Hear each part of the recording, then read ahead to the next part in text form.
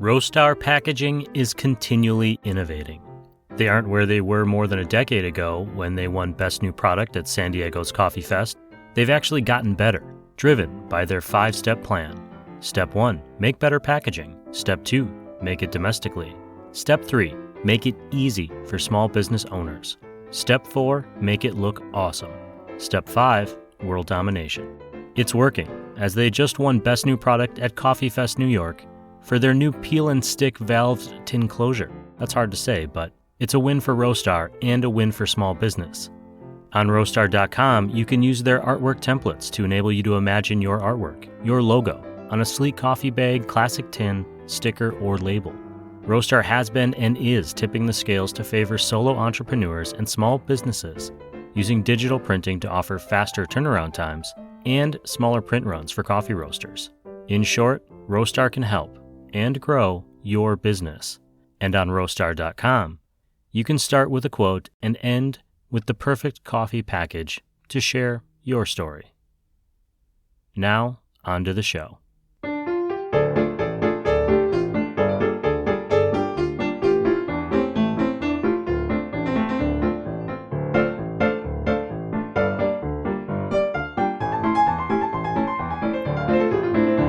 Hey, good morning, everyone. Welcome to Season 10, Episode 3 of the Coffee People Podcast, which is part of the Roast West Coast Coffee Network, which you can find online at roastwestcoast.com. This podcast is presented by Roastar Coffee Packaging.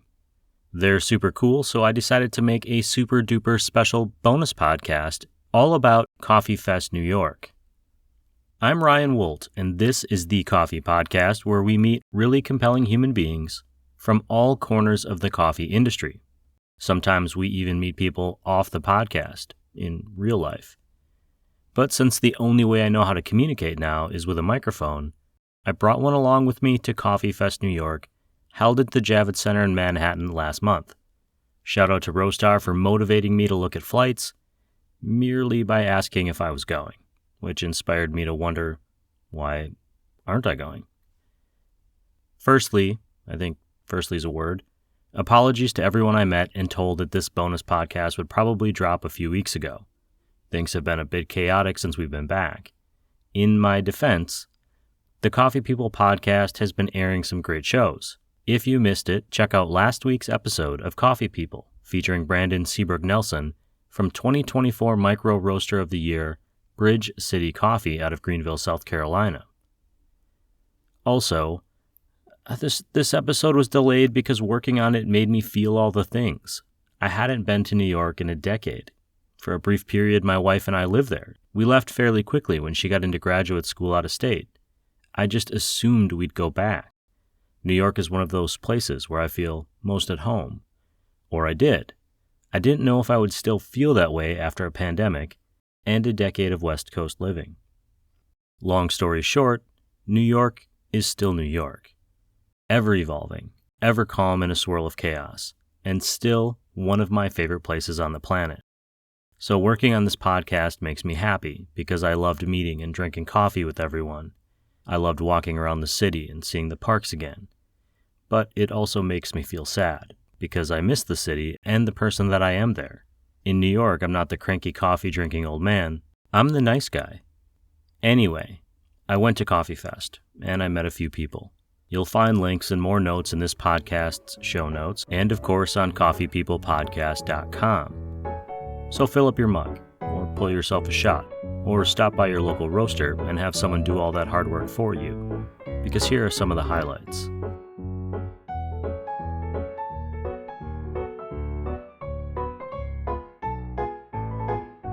Why do we care about sustainability at Created? My name's Ryan. I am one of the founders at Created.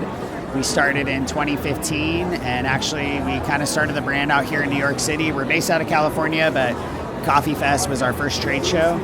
And at the time we were just doing ceramics, and we loved coffee, and we wanted to create an item that, one, was sustainable. There wasn't any waste going out there, and so that's why we were using ceramics.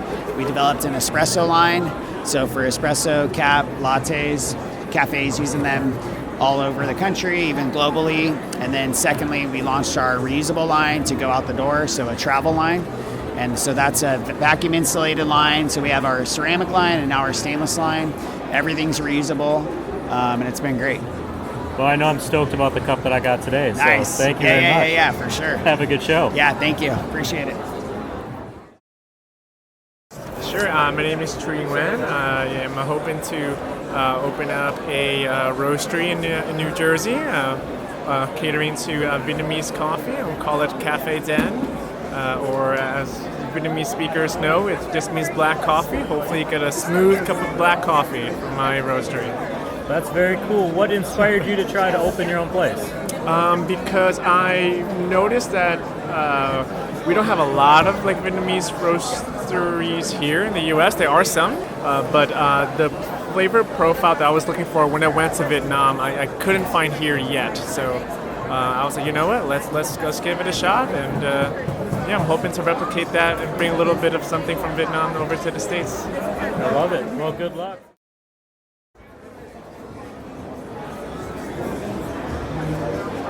It is mid-afternoon at Coffeefest New York City. I have been up for a full 36 hours. I got in at 6 a.m. and I went to 3 coffee shops before making it to the fest, at which point I started drinking coffee from other vendors pretty much all morning. Shout out to Flux Coffee and Espresso State of Mind. And it's been a good day. The Latte Art Championships are going on right now. I'm hanging out at the Roastar booth. Ran into some old Coffee People show guests and friends. Double J from Black Rabbit, Brian Banker Scannell from Mill City and Reflective Coffee, and met some new friends. I'm pretty excited to see what tomorrow brings. Hopefully after a good night's sleep in the city that never sleeps. What are you doing at Coffee Fest? So my name is Danushka, Sri Lankan, but living in New York. Me and my wife, we have a coffee company called Wild House Coffee. We only bring coffees from Asia, so we have coffee sourced from Nepal, India, and Sumatra. What got you into coffee in the first place? It was her dream. She wanted to get into it, so I was like, okay, let me be that supportive husband, and so that's how it started. Here you are. I thought you meant like you had a dream and you woke up and you thought, I got to get into coffee. My dream was to actually have a tea company. I'm Sri Lankan, so I grew up around a lot of tea. So. Do you do tea as well at Wild House? Not yet. Not yet. But soon. Someday. Yeah. Well, I wish you good luck, man. Thanks for stopping by the Roastar booth. Thank you. Pleasure. Thank you. That's it. Hopefully that was pretty easy. Yeah, that was easy. I took a shower yesterday, so I didn't, so that's okay. well, it's really nice to meet you. Nice to meet you as well. If you wouldn't mind, for everyone, tell us what your name is and the name of your brand and what you're doing at Coffee Fest. Awesome. My name is AC Slade, and I am with Catfight Coffee. Very cool. And what is Catfight Coffee? How did you get into this? Catfight Coffee is the greatest coffee in the universe, which cannot be dispelled, so nobody can prove that I'm wrong about that, because nobody has traveled out all into the nether regions of the universe and drank coffee. So you can't prove me wrong. Not yet, but I am trying. Okay. I hit about 2 or 3 places a day, so eventually I'll get to all of them. Okay. The bags from Catfight. Let me grab that bag. You just grabbed my bag.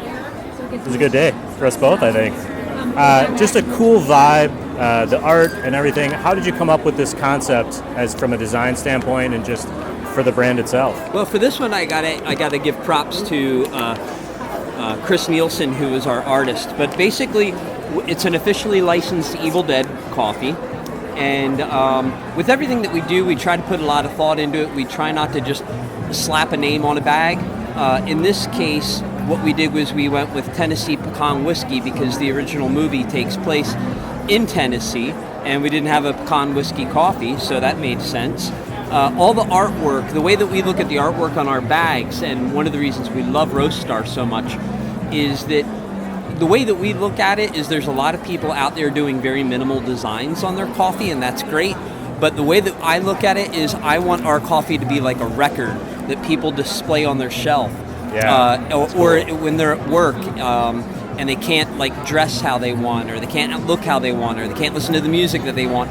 Nobody can give them any flack for having a bag of coffee there or a coffee mug that's branded with catfight stuff on it.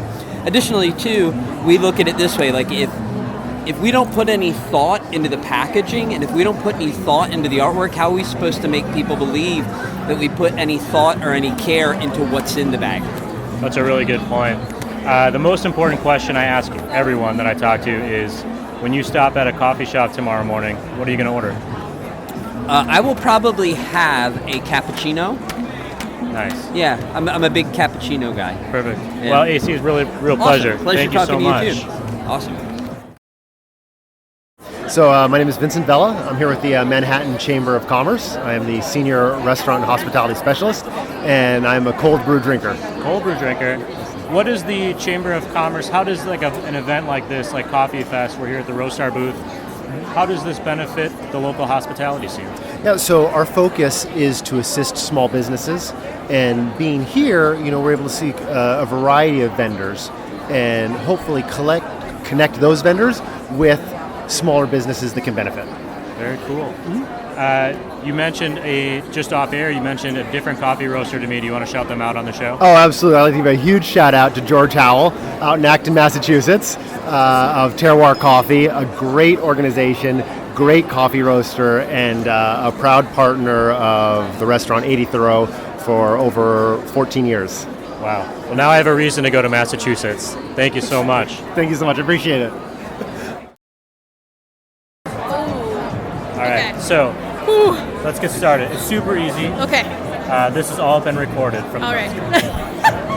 What's your name, and who are you here representing at Coffeefest? My name is Delaney Groff, and I'm representing Booney Coffee as well as the Roastery, which is by Booney. In a month, we are opening our own roastery. That's awesome. I didn't know that. Yes. And Booney is where in the world? Booney is in New York, in Washington Heights and in Inwood, but we have a website and we ship all over the country. Oh, what's that website? BooneyCoffee.com. Booney with 2 U's and 2 N's. Yes, W-double-N. We'll make sure everyone knows that. So when you are out in the world, you're not at Booney. You're just going to stop at a random coffee shop. What do you drink? Ooh, I'm either trying their drip, whatever they have on drip, like their house or whatever. Because you're judging them? Because I like to know what they like, ? And then, I'm a sucker for an almond milk latte. You just can't go wrong. Can't go wrong. How has your Coffeefest been? It's good. This is my first time here. I feel like it's Christmas morning. That was the best smile. Thank you, Delaney. Thank you. Oh my gosh. This is so exciting. I'm Hannah Sievertson, and I work in marketing for Cafe Imports. Great. And I'm drinking your coffee. It's been great. Thank you very much. My question for you is the most important question I ask everyone, which is, when you stop at a coffee shop tomorrow morning on your way into the coffee shop, what do you like to order for yourself? I like to get an oat cappuccino for there, and then like an 8-ounce drip to go. Literally like barista's choice. I love trying what like the shops are excited about because it's usually well worth drinking. Anything I should know about Cafe Imports before I go? So many things I'm excited about. Well, we're just about to do a Coffee Rose demo, which is going to be a software we're hopefully releasing sooner than later. And that's like it's like an interactive flavor wheel that you can use alongside cuppings. That sounds cool. I used to work at a cafe right when we started our roasting program, and we were developing like our QC program, like writing on sticky notes and like labeling and organizing everything. So something like this would have been like so cool to have back then, and I'm really excited for like it to like get put out in the world and like people get to use it. When it does go out into the world, how can people find it? Right now there's a demo on our website, so if you go, I think it's like in the About section, somewhere on the website, or you can search Cafe Imports Coffee Rose on Google and then it'll come up. It'll have like the demo page there. You can click around and play with it. Perfect. Thank you so much. Yeah, thanks. Let's start with this.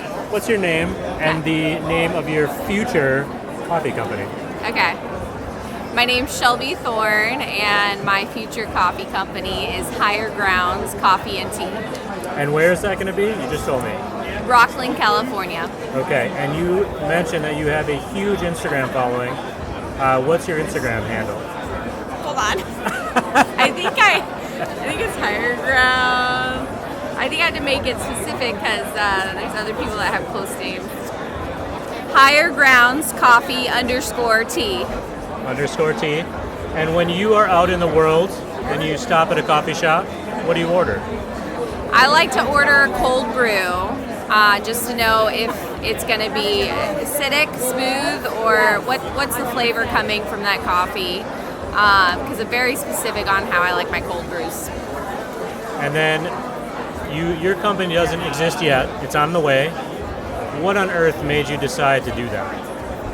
I've had a dream of having a brick and mortar actually for quite some time, and just got laid off at the start of the year and decided it was time to jump into my dream head first and go after something that's a little bit more attainable at this time with a trailer, and hopefully move into a brick and mortar in the near future.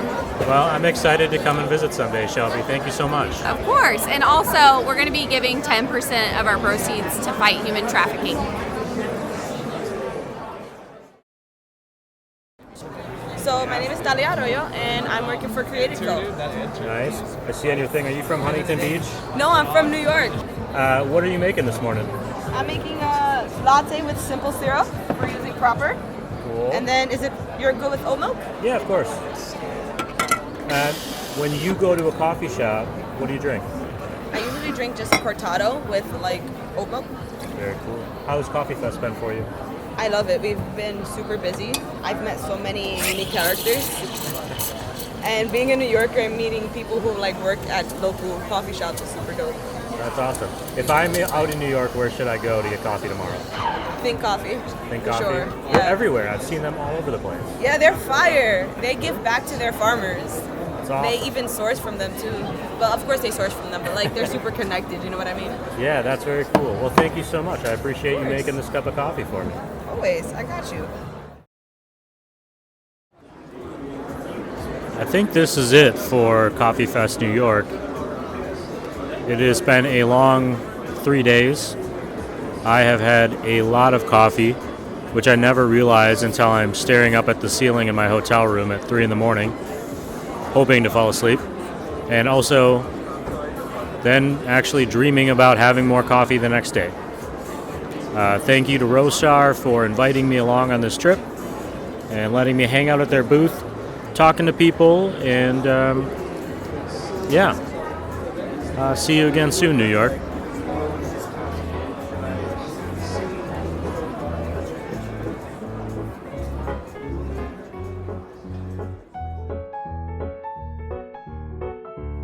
Okay, some key takeaways from the pod and from Coffeefest. There are a lot of people launching coffee companies and trying to find their niche in coffee. The theme of the event, which overlaps with the regional restaurant trade show, is that the robots are coming. Packaging, in particular, packaging sustainability, is important. And coffee people, even coffee competitors, love sharing their favorite roast with everyone else. Shout out to Cafe Imports. They are not affiliated with this show in any way, but they did offer up some of the best coffee I had all weekend, and their baristas kept my mug full, even when I was clearly not somebody coming for a tasting. I'd also like to shout out AC Slade for the best quote of the weekend, and some of the coolest coffee bags I've ever seen. You can see those on coffeepeoplepodcast.com, and to Vincent Vela for the most precise mustache I saw. Meeting Delaney Groff of Booney Coffee was a definite highlight for no other reason that during a morning when I was dragging due to lack of sleep after a red-eye flight, her positivity and overall vibe uplifted me. And thank you to all the coffee shops I stopped at in New York. Finally, I spent a lot of time at the Roastar booth. I just mentioned that packaging matters to consumers, and making it easy for retailers and roasters to package their products sustainably is an important component of meeting the values of the customer and the businesses. Customers are ever more informed about the impact of their cup of coffee. One reason I'm proud to be partnered with Roastar and be able to create shows like this one and spend plenty of time shouting them out and referring people to them is because their efforts to create and innovate sustainable or eco-friendly packaging goes beyond the labels. During our partnership, I've seen them hold a product back that wasn't ready, and they weren't willing to compromise or greenwash to make a buck. They really focus on the idea that sustainability in packaging has to be effective and easy for the end consumer to recycle, reuse, or process. It's why they keep winning Best New Packaging awards, most recently for their valved peel and stick tin can closure at Coffeefest Orlando. You can learn more about that on roastar.com. If you'd like to connect with the Coffee People podcast, basically me in real life, I'll be wandering around the Specialty Coffee Association Festival in Chicago next month. I'll be handing out coffee samples and tip your barista pins and probably, definitely, be asking people what they order when they go out into the world. Look for the guy with the beard and the microphone. That's our Coffee People conversation for today. All the links I have for today's guests are in the newsletter at coffeepeoplepodcast.com. Be sure to follow that newsletter so you don't miss any of the great interview episodes, including the next one featuring the founders of the Coffee MBA and the Coffee MBA Collective, Miranda Caldwell and Heather Kelly. Thank you all for listening to the stories of coffee people, for being inspired by their entrepreneurial efforts, and supporting this show by listening, sharing, and if you're able, sometimes choosing the paid newsletter option on coffeepeoplepodcast.com. As I've mentioned, helping us bring the show to you is our presenting sponsor, Roastar Coffee Packaging, found at roastar.com. We're also supported by some other great coffee industry partners. Our legacy partners include Zoombar Coffee and Tea. I'm drinking them this morning. Steady State Coffee Roasting, Mostra Coffee Company, Coffee Cycle Roasting, Maria Coffee, and Cape Horn Green Coffee Importers. A special thank you to Alden at Crossings Coffee and Jared and Luke Hales of Hesea Coffee Source, who've been presenting sponsors of our Coffee Smarter efforts. And thank you to our foundation builders, our full city partners, Ignite Coffee Company, Ascend Coffee Roasters, Ascento Coffee Roasters, Civets Roasting Machines, San Franciscan Roasters, Me and My Uncle Coffee, and Craft 42 Coffee Roasters up in Canada.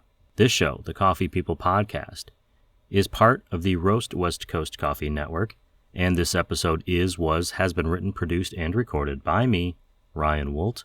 I always notice I speed up my voice at the end of a show. I hope this episode has found you happy, healthy, and with at least a thread of sanity left, enabling you to make it through the day. Always tip your baristas and be sure to drink good coffee.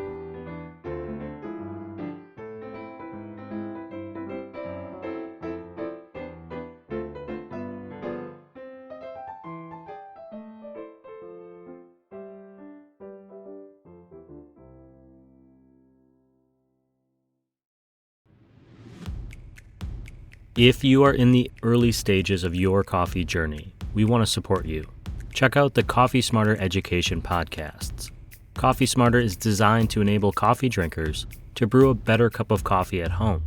And Coffee Smarter Pro covers industry-specific topics for baristas, roasters, shop owners, and aspiring coffee professionals.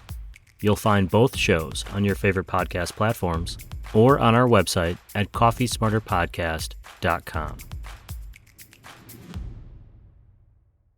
We have to wait for airplanes now because trucks weren't enough. The never-ending joy of recording in the city.